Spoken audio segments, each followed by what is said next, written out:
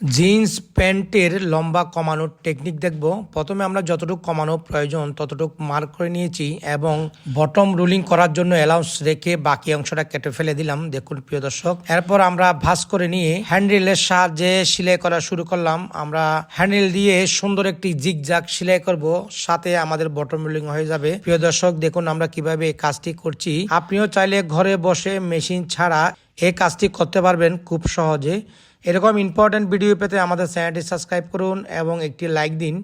দেখুন আমরা কোন টেকনিকে একদম প্লাট লকের সেলাইয়ের মতো করছি। নিচে জিগজাগ হবে এবং উপরে একদম সিঙ্গেল নিডেল হবে। এখানে উপরের অংশটা আমরা সিঙ্গেল পাড়ে সেলাই করছি। দেখুন আমাদের সেলাই করা প্রায় শেষ। আমাদের সেলাই করা শেষ হয়ে গেছে। আমরা একটা গিট দিয়ে নিলাম। দেখুন কত সুন্দরভাবে আমরা বটম রুলিং করে ফেলেছি। দেখুন আমরা বাড়তি অংশটা দেখিয়ে দিলাম, আপনারা আশা করি দেখতে পেয়েছেন।